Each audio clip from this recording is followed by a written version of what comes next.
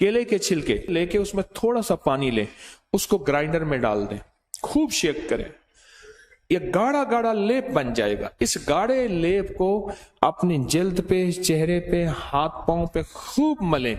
उसके बाद हुस्न जमाल का निखार देखें।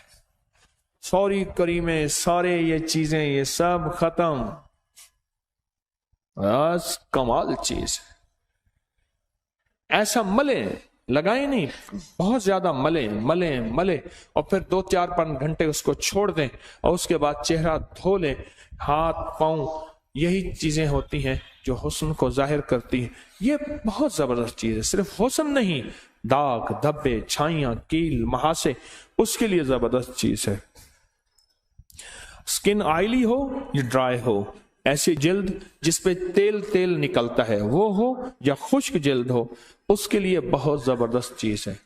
अच्छा, जिसके हाथ पांव में से गर्मी निकलती हो बहुत ज्यादा, बाज़ औक़ात शुगर की वजह से हाथ पांव बहुत जलते हैं, उनको कहें इसका लेप करें पांव पे या हाथों पे, केले के छिलके का ऐसे करके लेप करें।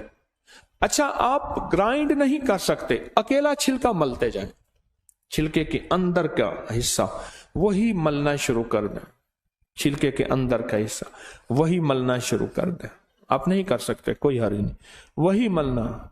जिस पेड़ के खाता है तू समर, उस पेड़ के जाए तू बर्ग न कर। जिसके फल खाता है उसके पत्ते भी जाए ना कर। केले के छिलके जाए क्यों हो?